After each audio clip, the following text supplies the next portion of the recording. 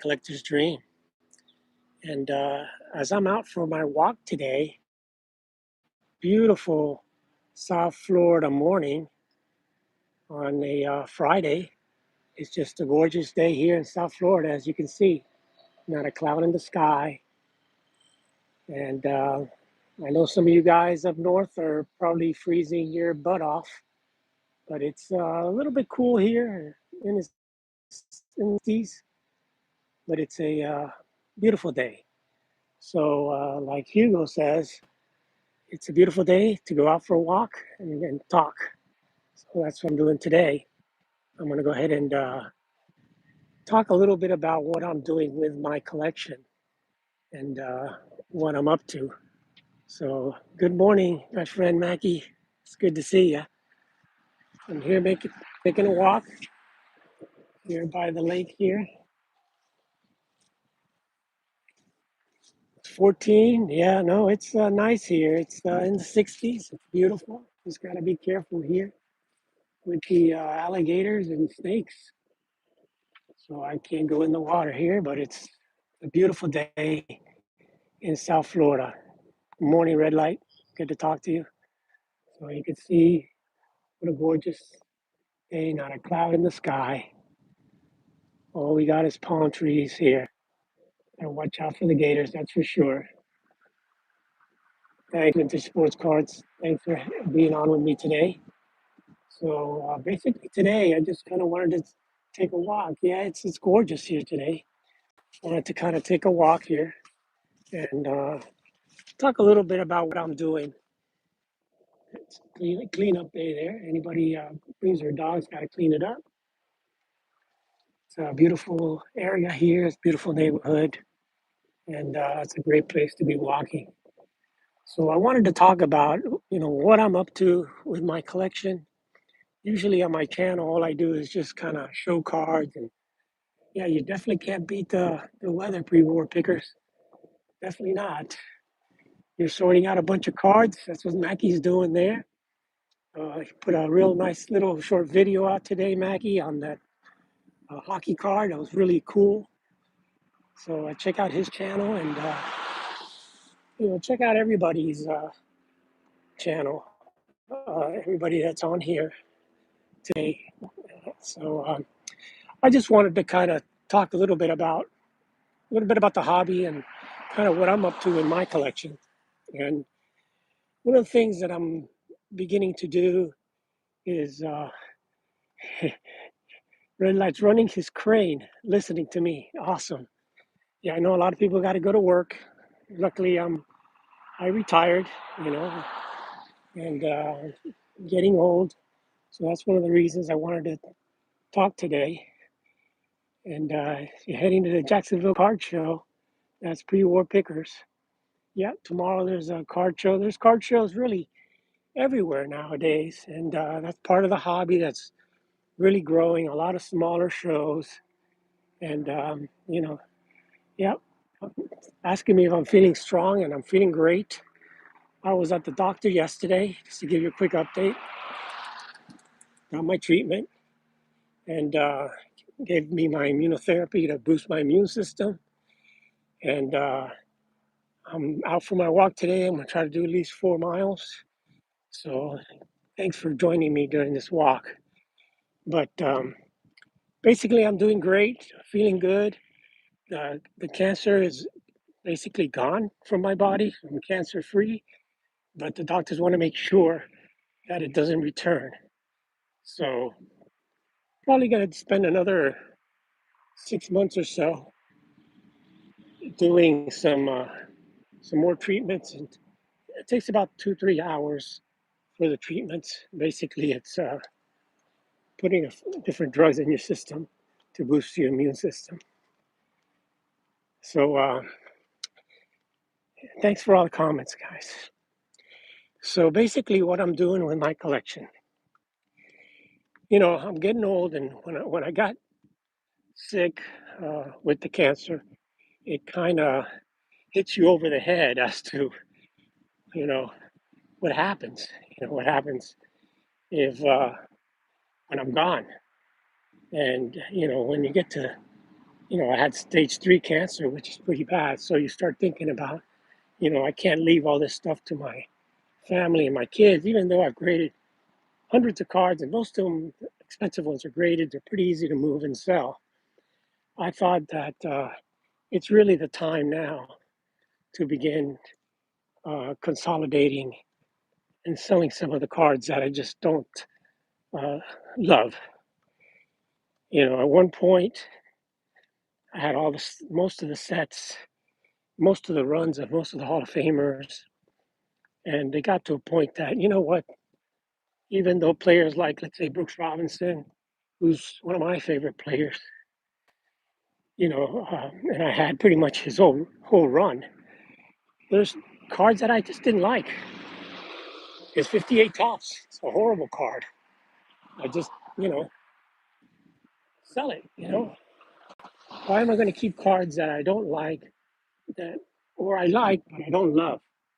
So my goal this year is to really focus on, uh, kind of like what the what Al, iconic Al says, is pruning the tree. Pruning the collection. So that's kind of my goal. And pruning the bonsai, I think is what he calls it. Yeah, I hate that Robinson card. And there's others that, you don't hate, but you just don't love. So you keep the ones that you really love and you move on with the other ones. And, the good thing about some of these vintage cards from the 50s, 60s, and 70s and stuff is that they're available out there. You can always go and buy them again if you really wanted them. And how do you know if you really want them? Well, for me, it's if I sell the card and then I miss it, then maybe it's time to go back and get it.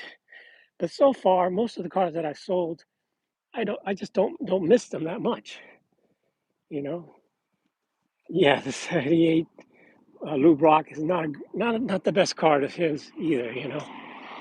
And I mean, I'll keep the Lou Brock rookie card, things like that, because I just like that. And 62 is one of my favorite years.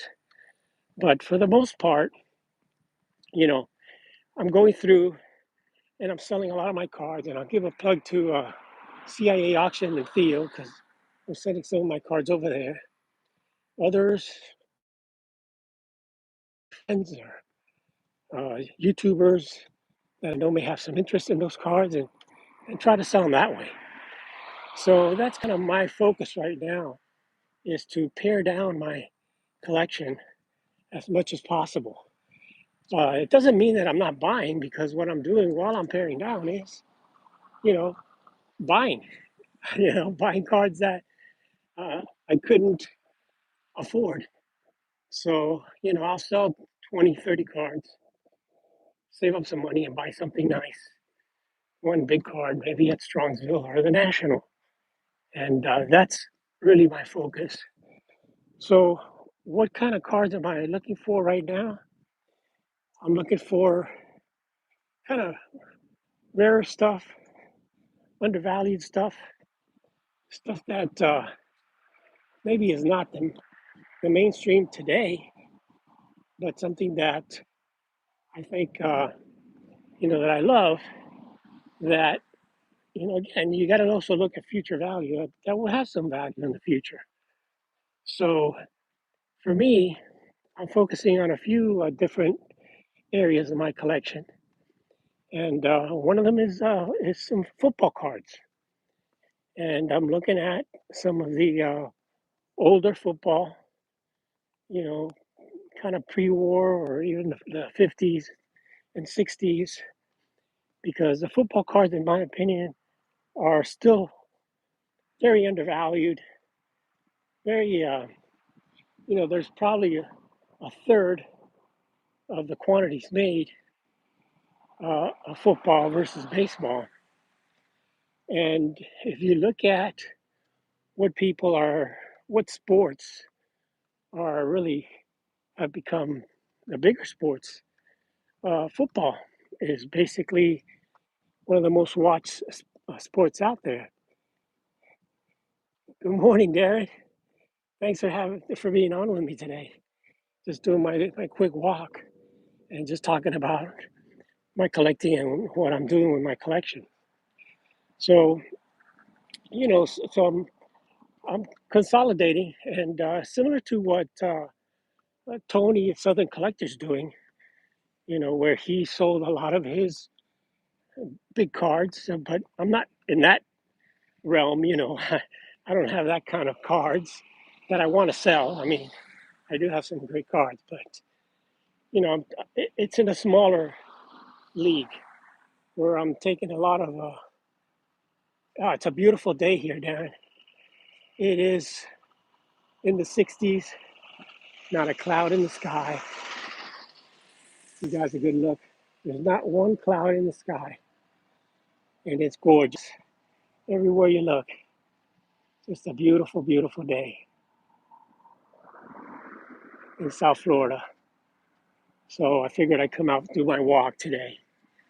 So going back to what I'm doing is, my collection is just massive at this point.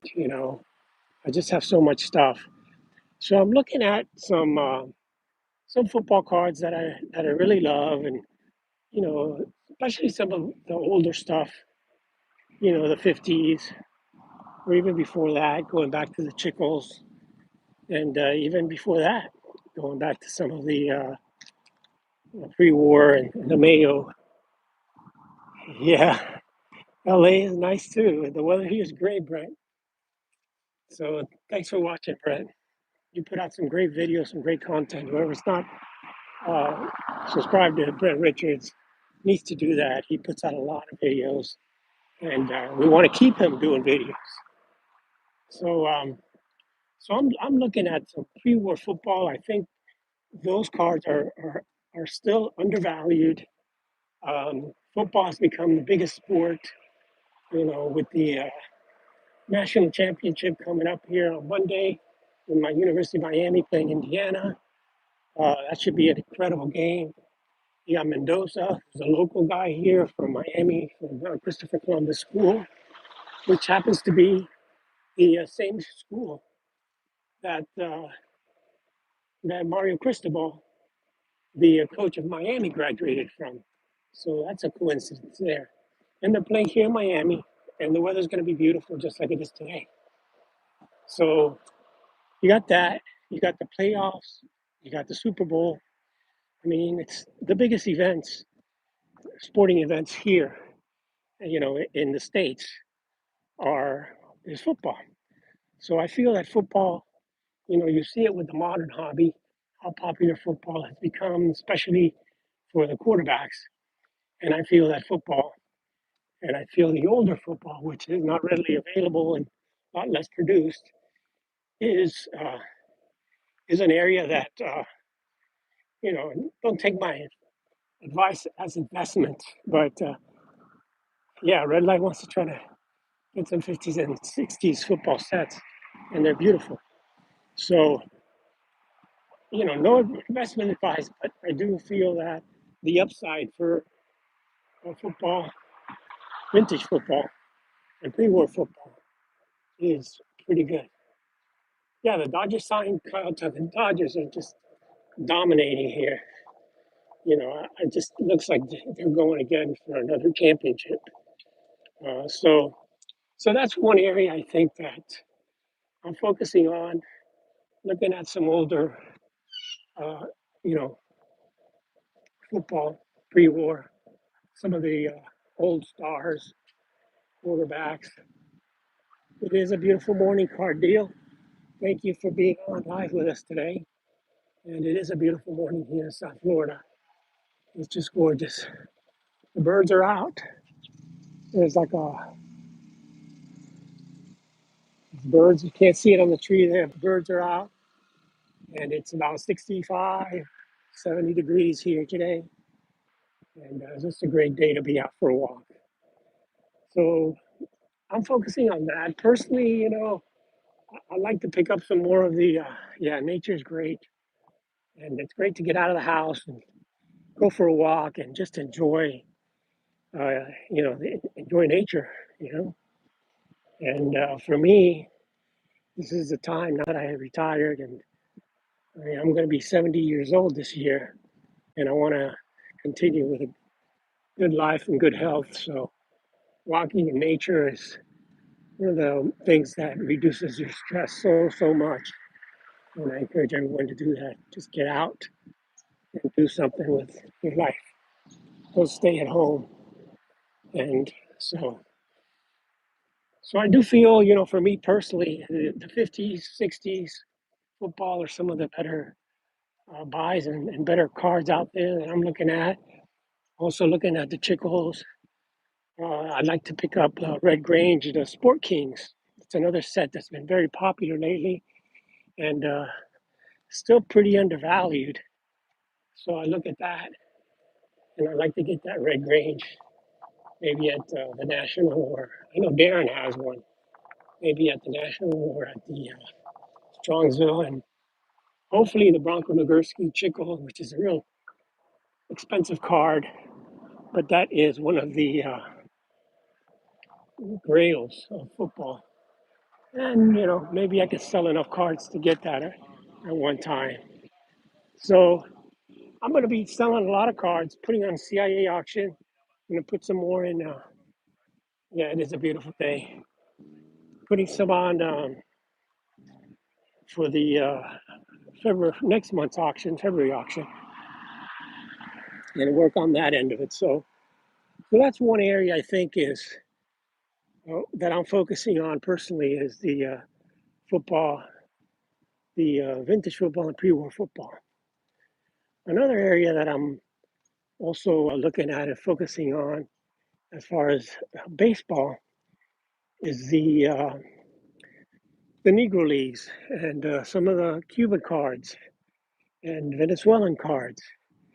Those I also feel are very tough, very rare, very hard to come by. But I do think that, you know, let's see that the Punch Cigarros. Yeah, I do not have any of the Punch Cigarros cards. I'd love to get one of those. People were pickers asking me about that. And there was one on the Love of the Game auction. There was a couple of them, but I just they weren't players that I recognized, but they were very expensive, and that is kind of the premier set for that year. The Juan Viola is it's a great card there, and yeah, Juan Viola has a T206 card too, and that's one card I'll end up picking up. Um, but I like some of these Cuban Negro League players. Some of them never really played in the majors, but they played in the Negro Leagues. And I think those are cards now that they've begun, the Hall of Fame has begun taking these guys, collecting red lights, collecting the Indianapolis Clowns. Yeah, yeah. And I think those, the history on those players and the history of those teams, I think will be highlighted more later in the future. And I'm glad that Felipe is on here and he's learning a lot from me. Yeah, Viola has a T10, a T210 Old Mill also. And those are the kind of cards that I'm looking for. If you see some of those, let me know. Those are the cards I'll be looking to find because I do feel that some of these, not just Cuban players, but Negro League players are still undervalued, and their cards, if there are any of their cards, they're extremely rare. And you just don't come across those. I definitely would like to get the Punch Cigarro cards, a card of Punch Cigarro. Of course, you have some incredible players there because that was made when Detroit went to Cuba. And you actually have a Ty Cobb card in there, which is probably the rarest Ty Cobb card in existence. I think there's only a couple of them known to exist. But there's major leaguers in there, and there's some a lot of Negro League players. So I'm focusing, my Cuban collection a little bit more on trying to come up with some unique pieces. And I will say that I've got guys out there looking for me, and one guy that I'll give a heads up to is Phil Gary. Phil Gary and I become good friends, and Phil works for Hake's Auction, and Hake's Auction acquired years ago the collection of Richard Merkin, and Richard Merkin was the premier Cuban Cuban card collector out there. And I actually got a piece from the Merkin collection that was going to go up for auction. And Phil gave me a heads up on it. And I did my best to get it, and I got it.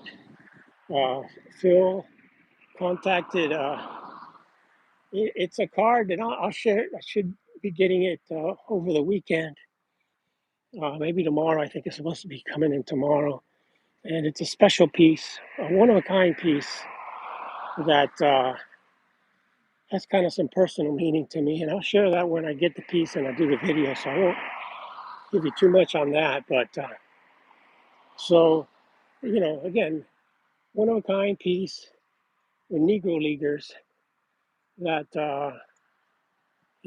some are, Hall of Famers, either in the Cuban Hall of Fame or the regular Hall of Fame. And I think a lot of those guys, they've been ignored for so many years, just like Jackie Robinson and Larry Doby, like Tony Southern Collector has been collecting, and the Josh Gibson. Those are guys that for many, many years, they were kind of, you know, not really paid attention to. They were ignored for many, many years. And now people are realizing, how good these players were and how rare and how tough it is to find anything with them, whether it's a card, a postcard, a photo, or stuff like that. So that's one area of my collection that I'll continue to work on since I was, born in Cuba, and that's kind of has a lot of personal uh, history for me. And yeah, Kenny Washington, talking about football, one of the players, one of the first black players to play pro football. And there's a lot of things like that. And in pro football, too, there's a lot of history. And I think that is another area that you can focus on. Some of the black players in pro football that really started the league, and now, you have more black players, just like in basketball, than you have the white players.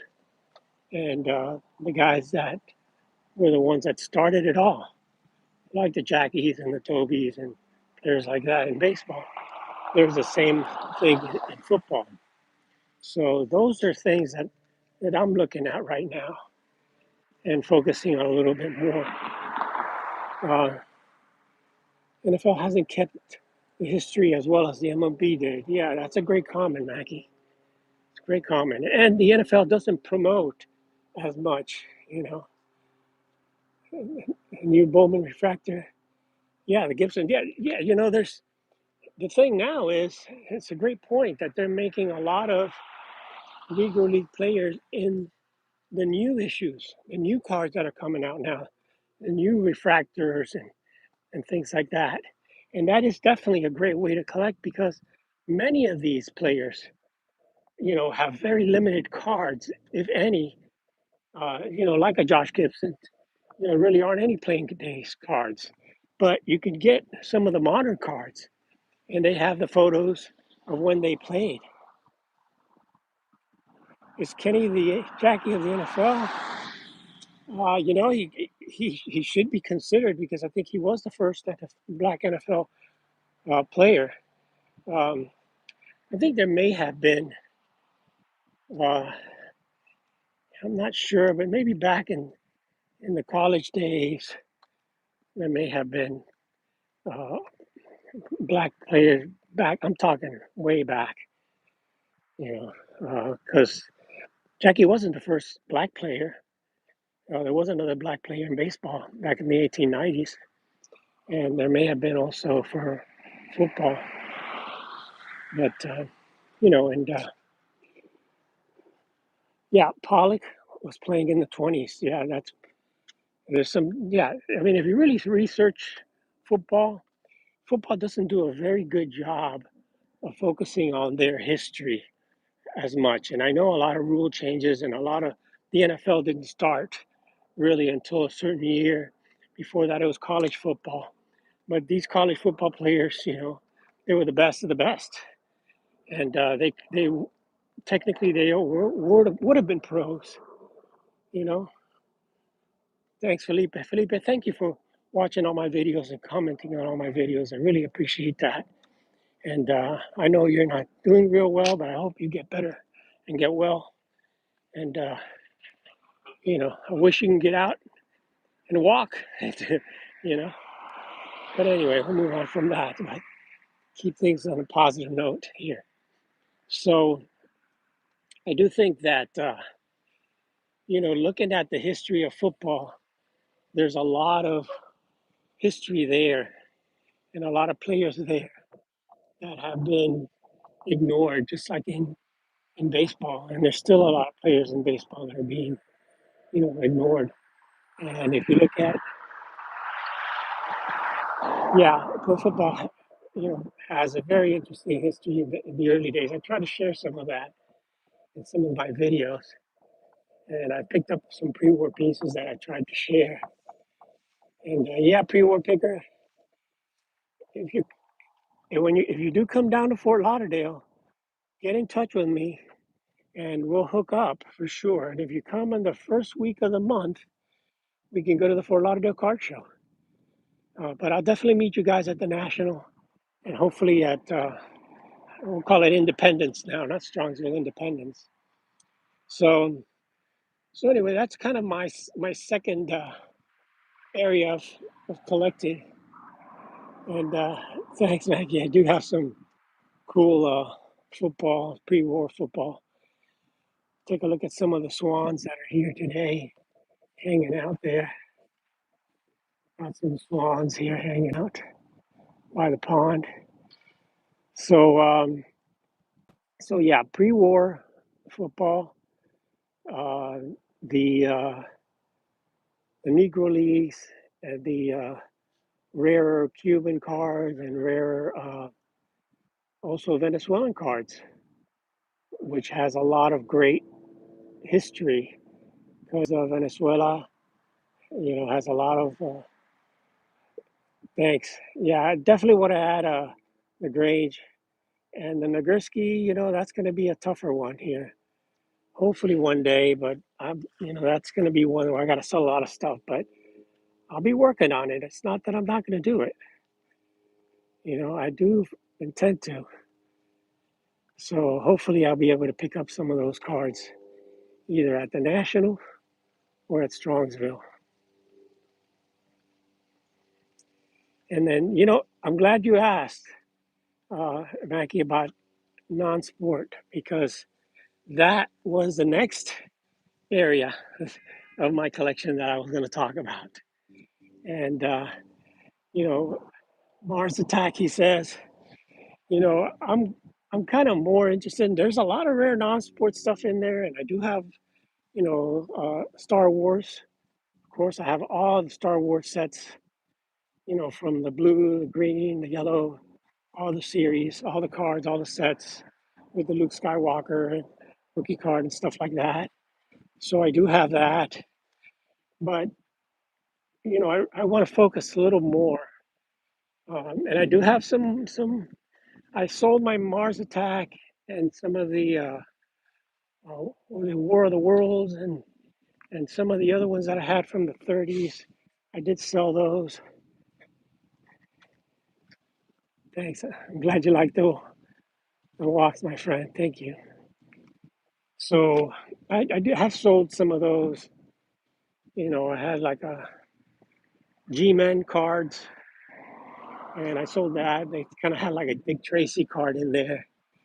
But I'm looking forward more towards the older stuff, more pre-war, uh, non-sport stuff. I think that's where it's another area Oh, 10 degrees up in Boston. Wow. Crazy, my friend. Here we got the beautiful sky. Beautiful day. It's in the 60s. You can even see the plane up there.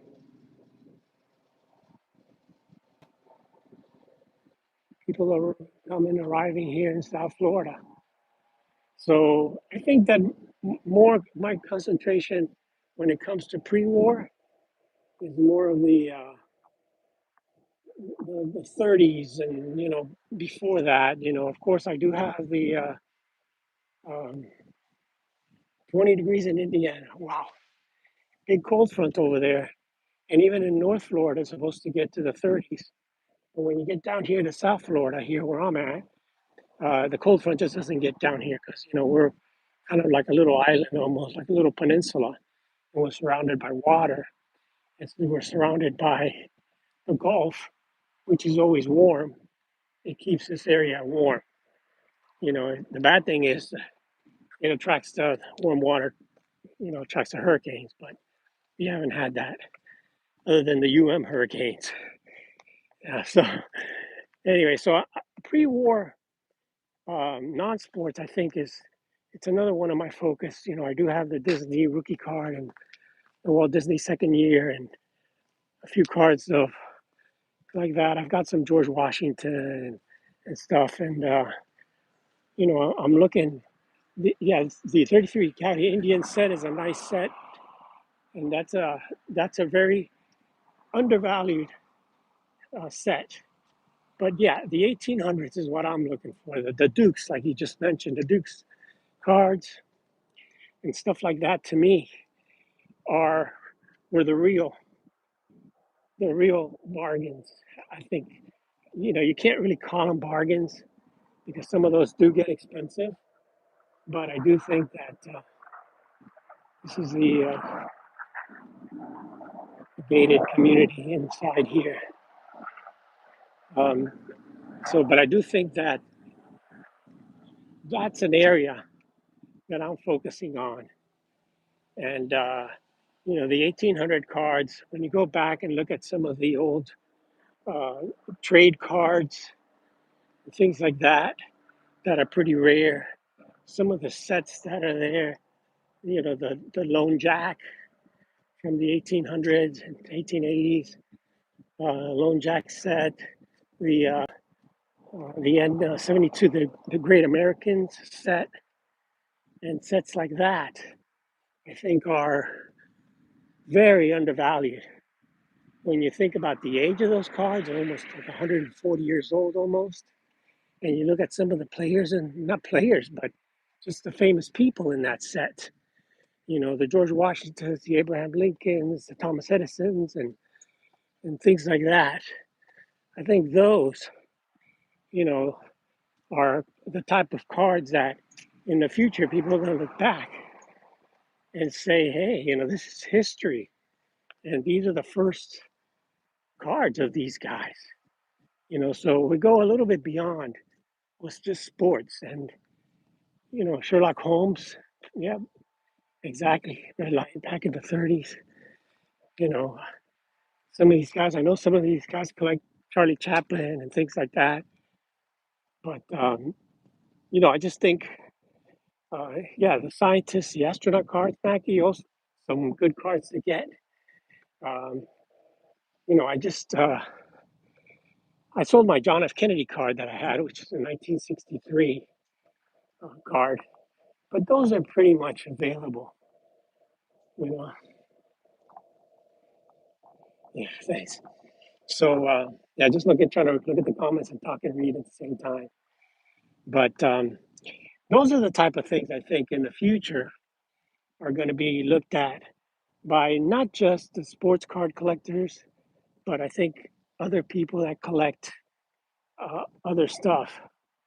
And it's amazing that some of these old cards are still around. I mean, some of them are very rare. I mean, it's not like you see hundreds of them out there. There's very, very few of them. And, there's a lot of guys that have gotten into them now, but I still think that that's another area that has a big upside. So, Good morning, Mookie. Yeah, no, I'm not gonna get close to those Gators, Mookie. Not at all, man. But yeah, I mean, I was just talking about the Disney cards, and that's now that Mookie's here, I'll go ahead and say that those Mickey Mouse cards and stuff like that are so undervalued. Anything with Mickey Mouse, but if you go back to where he started, back to the 30s and 40s and even the 50s, but the earlier cards of Disney and Mickey Mouse.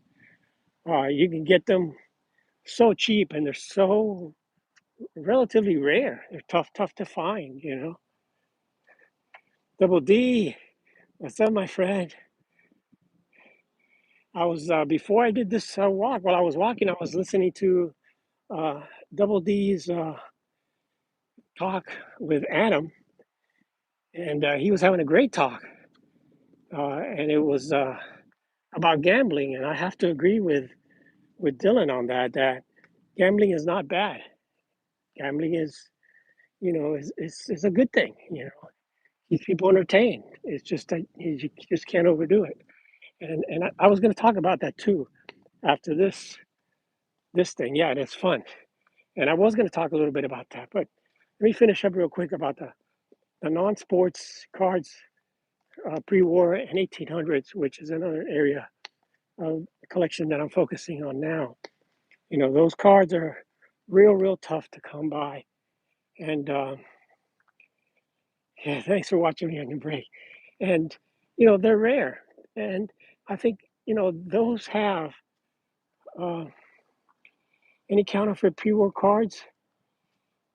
It's funny because there aren't many pre-war counterfeit cards like there are, for example, of the Michael Jordan Fleer and things like that.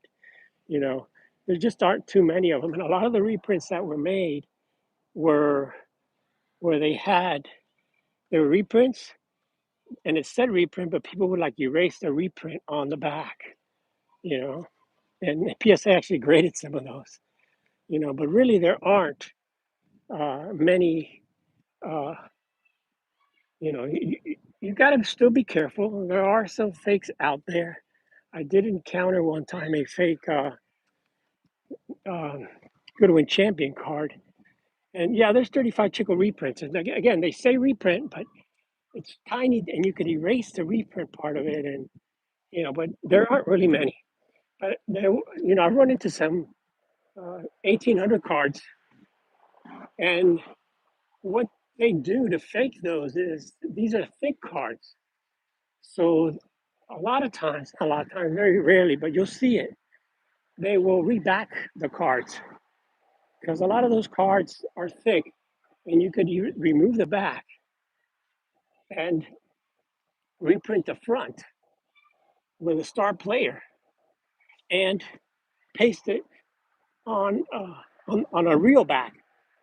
So so you have a real back of the card with the real cardboard, but the front is a reprint. So there are cards of that, and I do have a sample of one of those that I bought, unfortunately, years ago. And that's the way they do those cards. But you don't see many of them because a lot of them will get caught by the grading companies. And, I shared those with my friend Ryan Nolan, who wrote the book on fakes. And he's written on those. And it's a good book. You can go and pick that up. I don't know, probably on Amazon. But so no, there aren't many fake. That's one of the things about pre-war that there's fewer of those cards. They're not as expensive as an '86 Fear Jordan, so they aren't really faked that much. Kids are out playing today. This is the elementary school, so there aren't many fakes of those around there, and that's a good thing. You don't really have to worry about it. I really don't worry about it too much, and you could tell the fakes pretty easily. So going back to pre-war non-sports, you know, people like Buffalo Bill and things like that, Annie Oakley, and some of these guys in the back that were, way back then, were some of the biggest, stars. And the well-known people, like a Thomas Edison, things like that. I think those cards are still undervalued when you're talking about a card that's 140 years old with an Abraham Lincoln or a George Washington on there. I mean, I picked up a George Washington postcard from I think it was 1910. It was postmarked 1911, and it was an embossed card. And I think I got an eBay for like $10. So you can still find deals out there. Just like in the past, you can get um, like Stooks, you can get the exhibit cards for a couple bucks. Now they've gone up. So I think the same thing's happening for non-sports, especially the old vintage pre-war non-sports, and that's an area that I'm also looking at, especially stuff like Mickey Mouse and the old time things like that.